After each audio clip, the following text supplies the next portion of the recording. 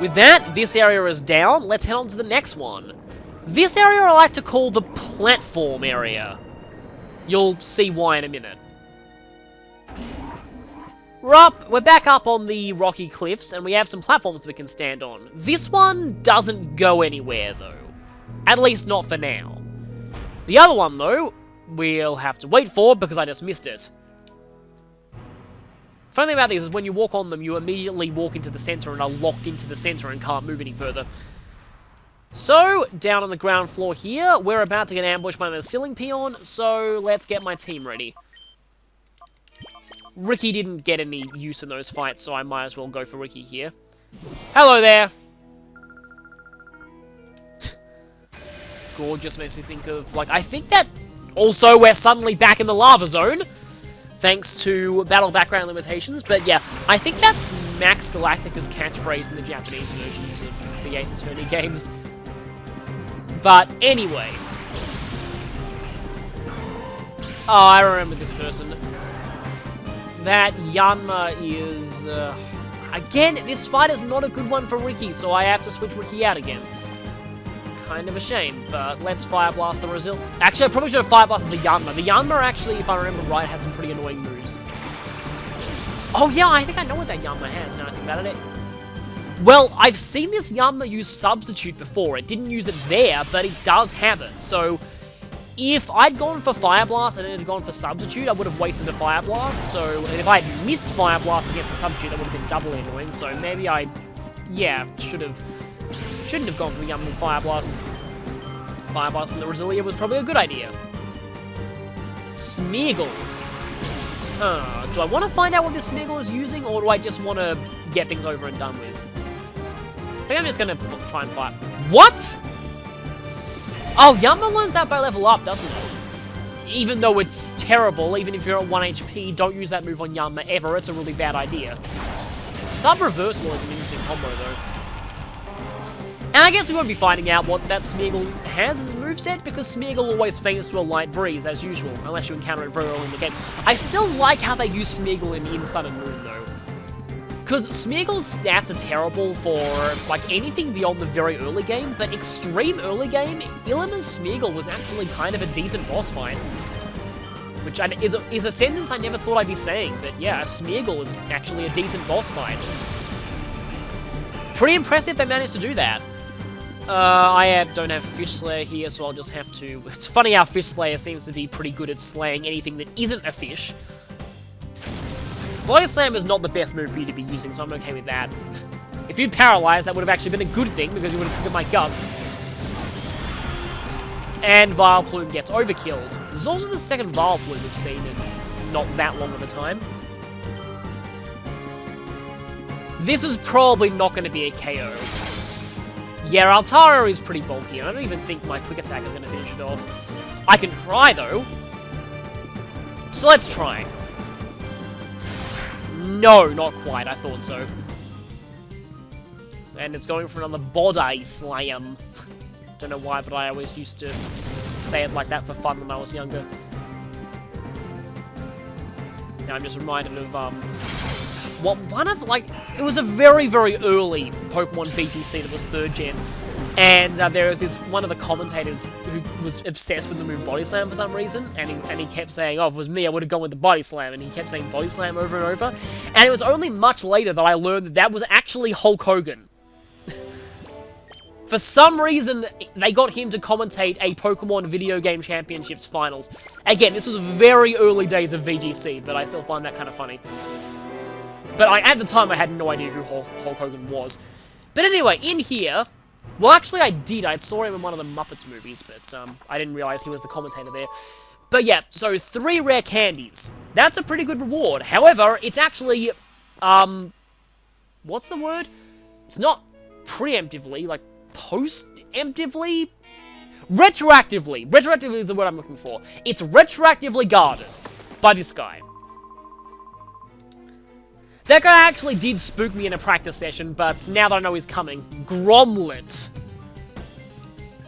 Sounds like Wallace and Gromit, but actually no, and at least he's not, I still feel like, I think he's in Radiant Dawn, Gromit, who's in my opinion one of the most unfortunately named bosses in all of Fire Emblem, and then I just realized the third boss of Shadow Dragon also has a very unfortunate name, but only in the Japanese and American versions. In the European version, he's called Reynard instead.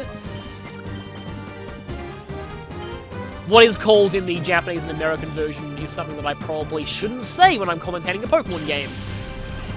But, yeah. Anyway. This guy's all level 40s, though, which is kind of impressive. Like I said, the levels do pick up quickly. Speaking of pick up quickly, I did not just do what I think I just did. Oh, okay, good, I sent in Fish Slayer. I thought for a second that I'd sent in Awesome, and I was thinking, did I seriously just swap out a Pokemon who can't hurt Ghost types for a Pokemon who can't hurt Ghost types? If I'd actually done that, I would have been very, very embarrassed, but thankfully I didn't. Also, this guy's got 5 Pokemon. It is worth it, though, for all those rare candies. 3 rare candies is very nice, though I'll probably be saving those for the very end of the game, just in case I'm a little under-leveled before the final boss. I'll probably need to grind anyway, but I mean, I suppose I could do the later rounds of Railgun Towers Coliseum while I'm at it. It's probably the only new thing that I can do that's decent grinding. Oh, hey, Dusclops, I see you have the same taste in Pokemon that I do. And there's Sableye continuing to do its thing of being only mildly useful. I'm just going to ignore the Sableye entirely. Thankfully, this Dusclops isn't using, like, Destiny Bond or Crunch or something. No, Destiny Bond or Grudge, I meant. I merged 2 one-syllable words in my head. Crunch and Grudge are both one-syllable words, right? Yeah, I'm pretty sure they're one-syllable words. Anyway, Dusclops is down, which is the main one that I actually cared about. But now we're actually, well, one of us is on that guy's level. Crobat. There's also been a lot of Crobats here, but I guess that's the thing with Gen 3. There isn't that much of a... Well, I don't know, like, there is kind of a variety of Pokemon, but there are a lot of Pokemon that you see over and over again, like things like Vileplume and Crobat, and apparently Ninetales here, even though Ninetales became a bit rarer in later games, I guess. Okay, now I'm going to try and take out the Sableye.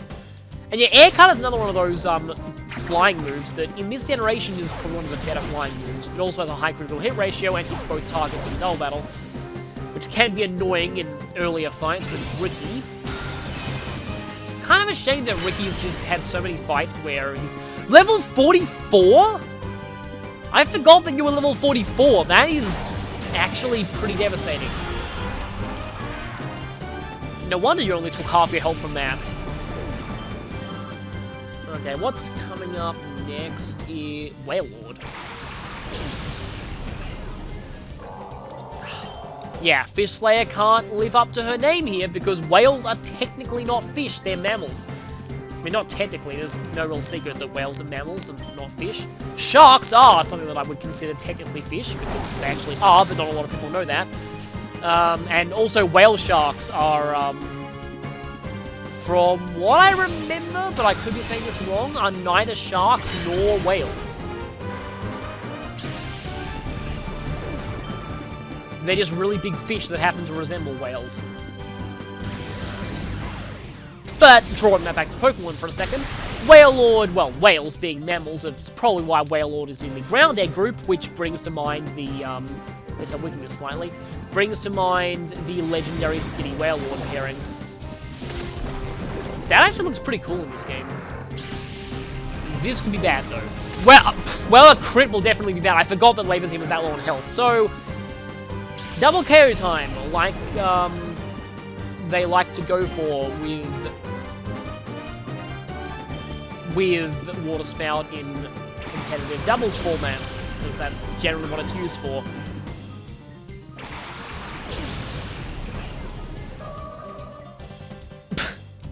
I still don't know why Wailord has the Oblivious ability, though. It's also kind of funny that a Pokemon that's legendary for a particular fandom pairing also has the Oblivious ability. Though I am really glad they buffed the ability in Generation 5, was it? To make it block Taunt as well, because only blocking a track made it pretty useless and competitive. Blocking Taunt, though, is extremely useful, especially for Trick Room Slowking, let's say, or Aromatisse. Never expected Aromatisse to be such a good Pokemon as it was, but it actually is a pretty good one. I'll probably need to go back and purify a lot of these.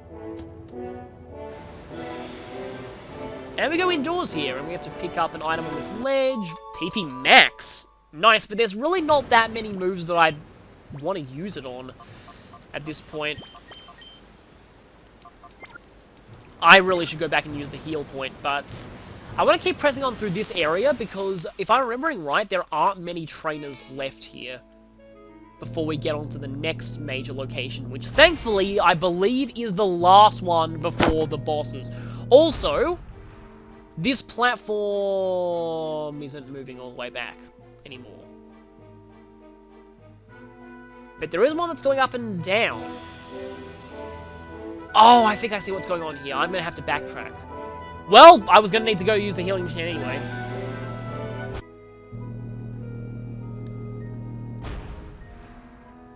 So, if you look closely when you're in the optional part of the area with Carbon and Petro, you can see this platform going up and down in the distance. So that hints that there is something here if you take this platform down. And what that something is 2 max potions. Not that bad, but it seems a little anticlimactic for having to go out of your way to get it, especially since we recently found 3 freaking rare candies lying out in the open. Anyway, I'm just going to backtrack back to that elevator.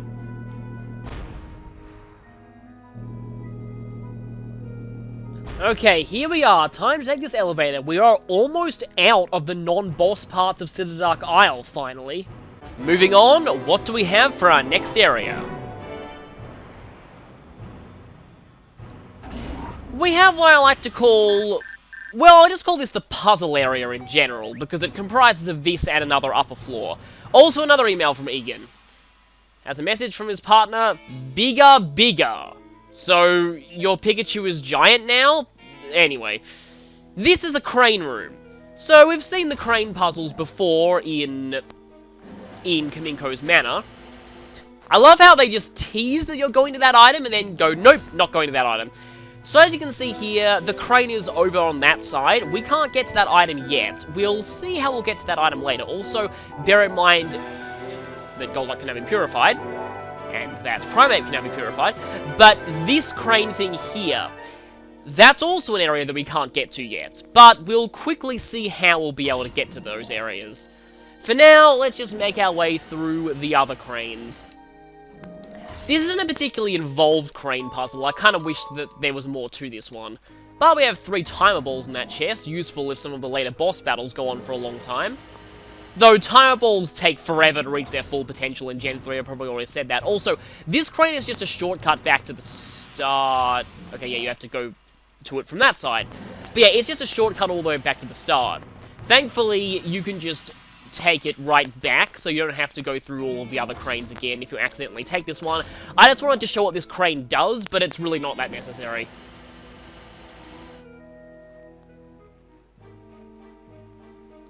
Actually, I just thought that leaving this crane back on that side might make it a bit easier to get back here after I got the items, but it doesn't really matter. Let's just keep going.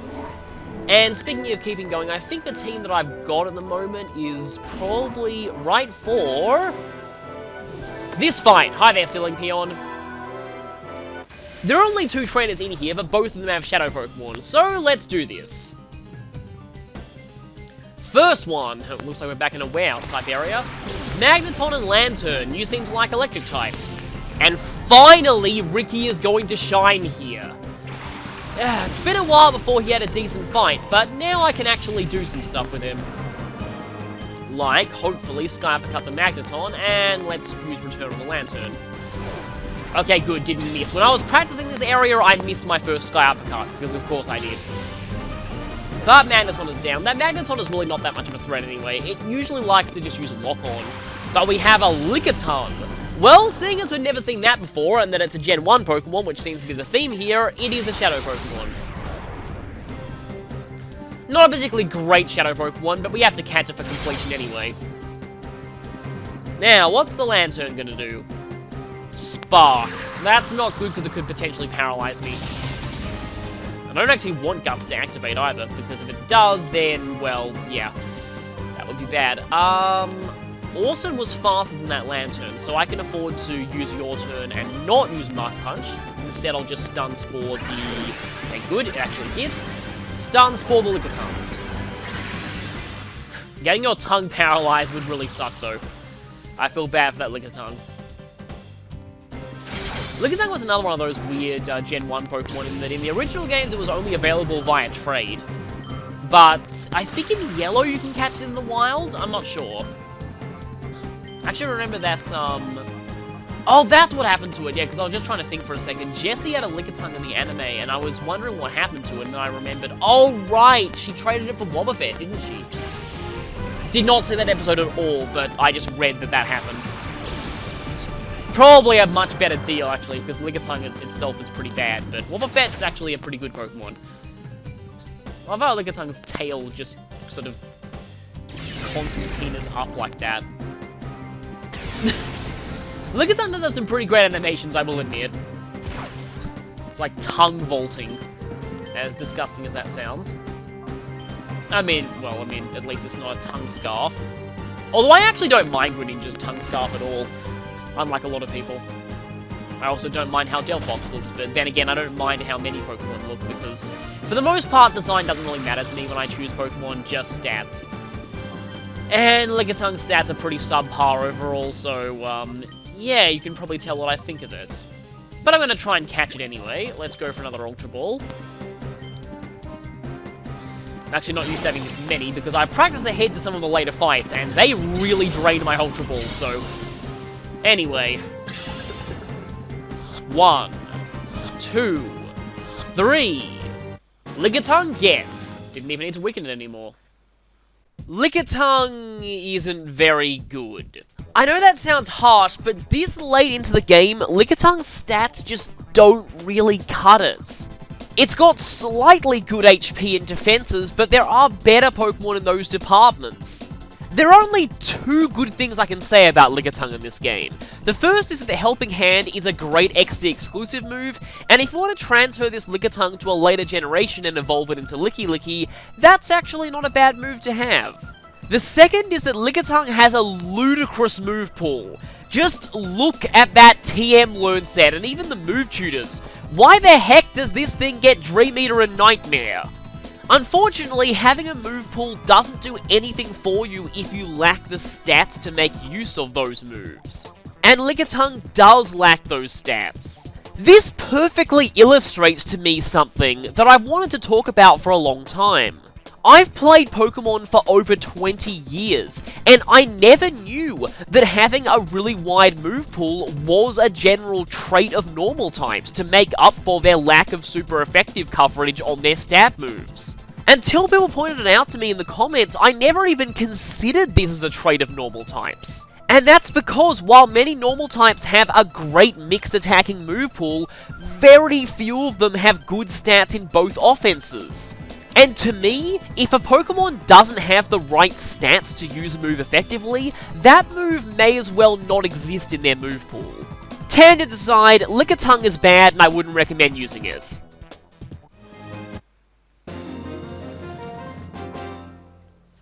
So that's the first fight here down. Only one Shadow Pokemon, though. That there is one of only 2 trainers in this entire dungeon who have 1 Shadow Pokemon. The other one will be coming much later. 3 Max Ethers, and as you can see, we've got these little floor things here.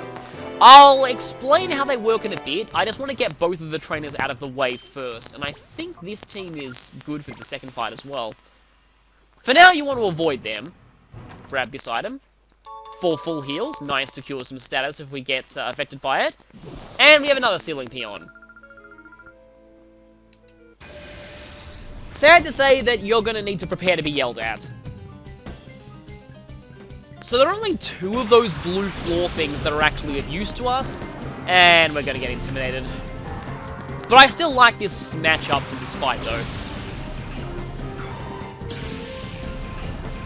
Now, of these 2, I probably want to focus on the Exploud first, though, I don't know, they're both kind of non-threatening. And I'm going to go for a turn on this, just in case I crit the Stantler, because there are some Pokemon coming out, one in particular, that I really don't want to be using physical moves on, and I mean really, really, really don't want to be using physical moves on. So I just want to make sure that I spread the damage around so I don't one-shot anything.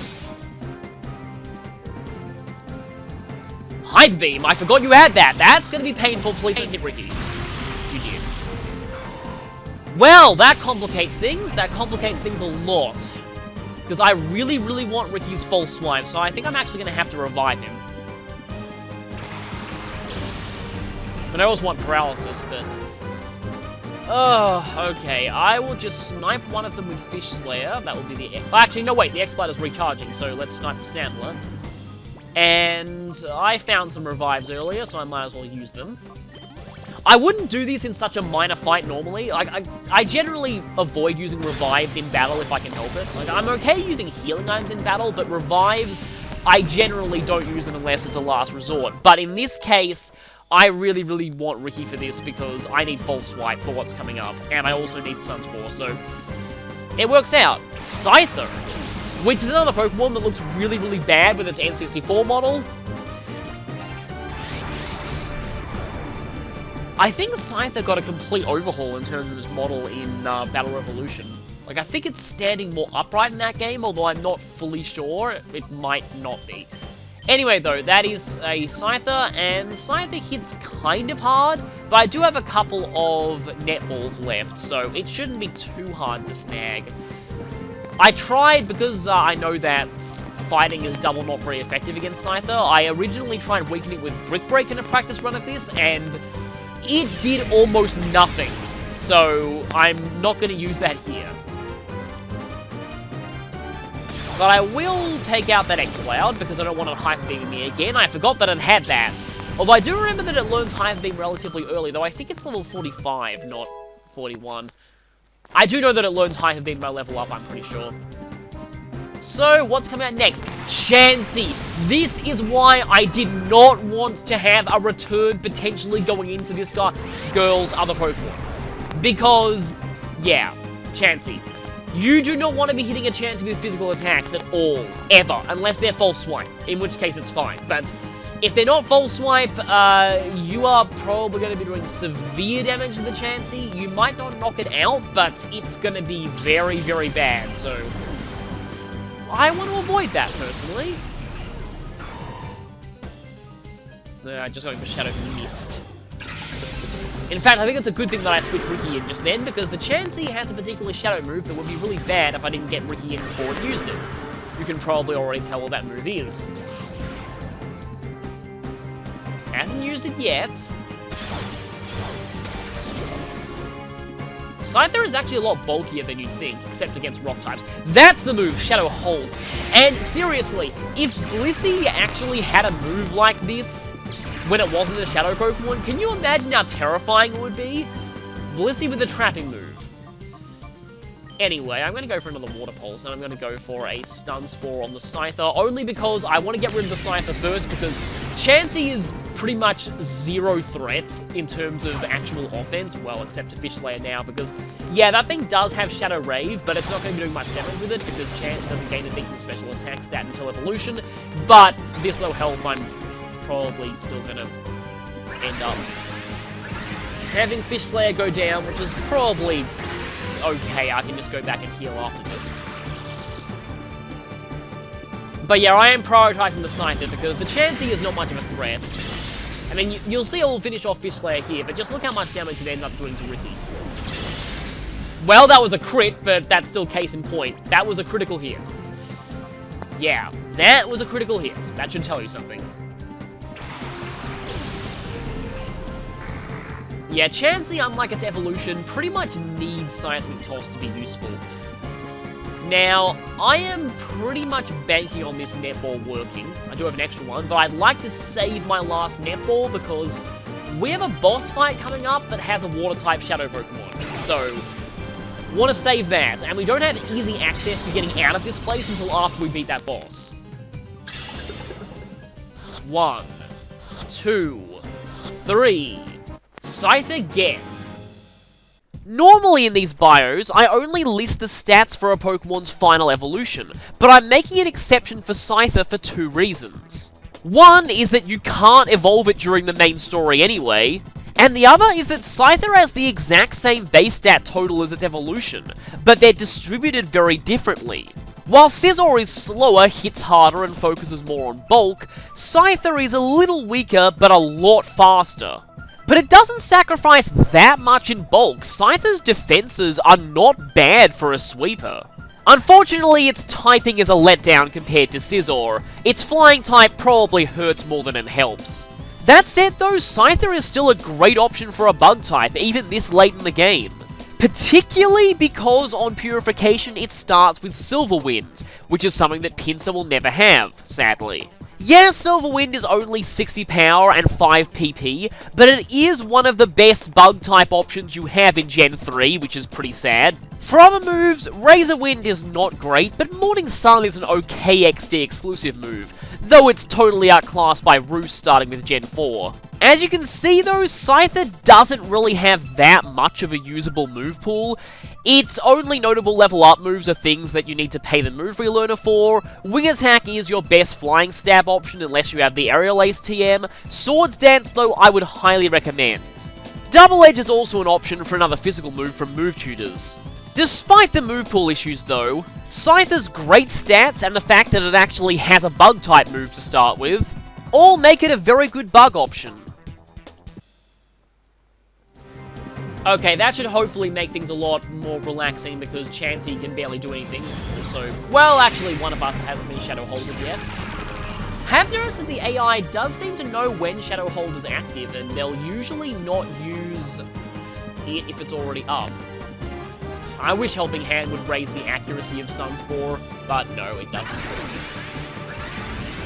But from here on, it should just be Helping-Handed false swipes all the way. As tempting as it is to knock out this Chansey because Chansey gives an enormous amount of experience points, I don't want any Pokemon going to Mirror Me if I can help it, so yeah, I'm gonna have to not do that. This is gonna do pretty much nothing. Well, that probably did more than one. Yeah, I can heal off at Shadow Raves pretty easily with just the leftovers, and that's really sad. Okay, so Helping Hand boosted false swipe time. I want to get this thing down to 1 health and paralyzed. There's a reason for that, because I want to use a certain type of Pokeball in this Chansey, and I don't want to take any Yeah, see, that is why you don't want to be using physical moves on Chansey, but I don't want to take any risks whatsoever. I want to make sure this ball catches, because I only have 1 of it. I guess I can say now, I want to catch this thing with my 1 Luxury Ball at this point, because that's going to help it evolve. Luxury Ball caught Pokemon gain happiness faster than Pokemon that are not in Luxury Balls. So let's reduce you down to 1 HP and paralyzed. Hopefully my Luxury Ball should catch.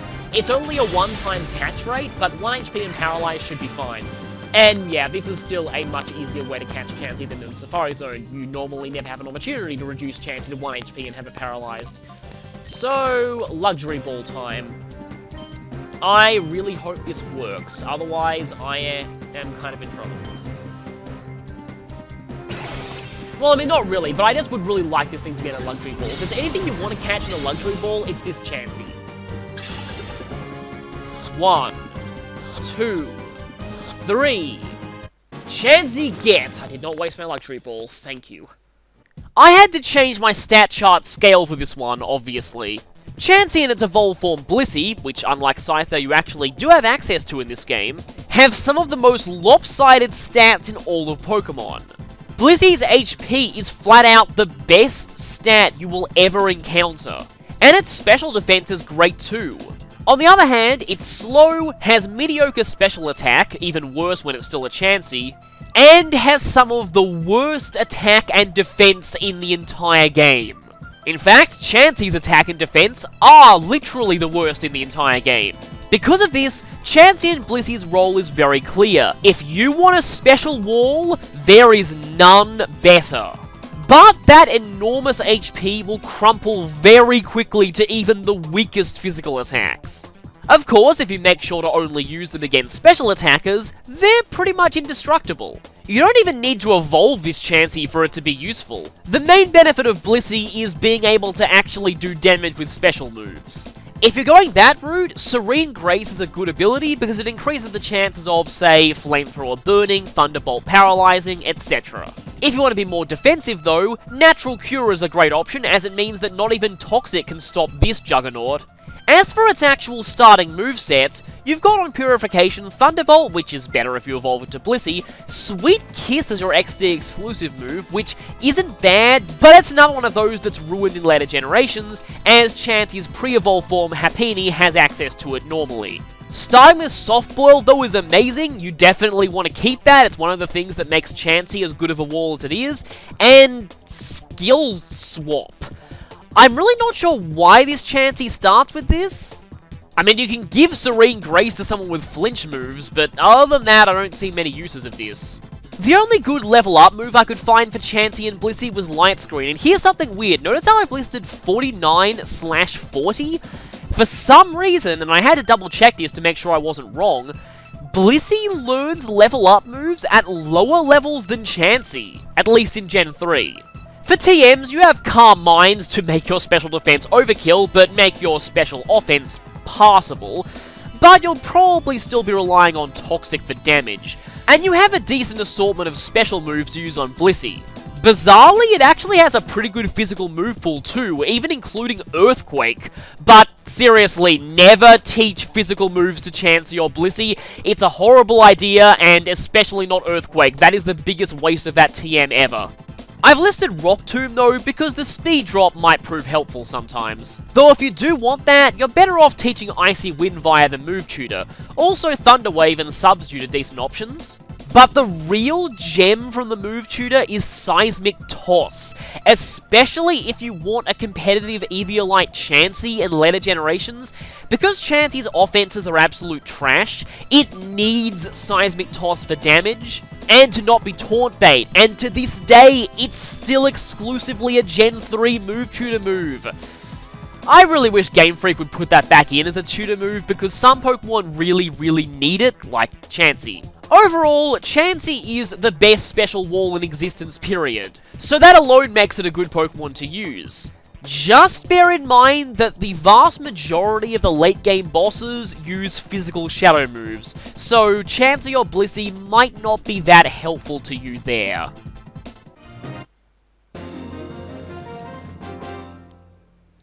And that's all the trainers on this floor down, and all the Shadow Pokemon on this floor down, and in fact, I would say that's the last of the non-boss Shadow Pokemon in Cither Dark Isle. It's actually not, there's exactly one more.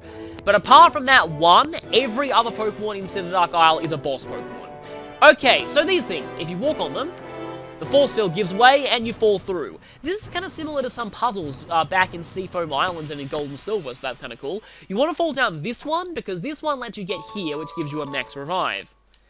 And I'll just cut making my way back up to the top floor again, because there's only one more that we need to fall down. The rest all just set you back to random places here that you could already access normally. And here is this... no, wait. No, not that one. Here is the second pitfall that you want to fall down. Because this one leads you over here, which actually looked like you'd fallen quite a distance. That looked kind of painful. To get 2 revives. So I've made a profit of 1 revive, I guess. And that's all that you have to do on this floor, really. There's nothing else to get here. No more pitfalls that it's in your interest to fall down. So I'm going to head back up again and take the elevator. With that, the puzzle area is down, and that is the end of the non-boss rush portion of Cither Dark Isle, finally. Coming up now is nothing but straight boss fights with one, well, actually 2 random peons, but anyway. Straight boss fights. So, I am going to heal here, and then I'm going to end this part, because next part, we're going to be fighting another familiar face. So, after I heal, I will see you next time for that boss fight.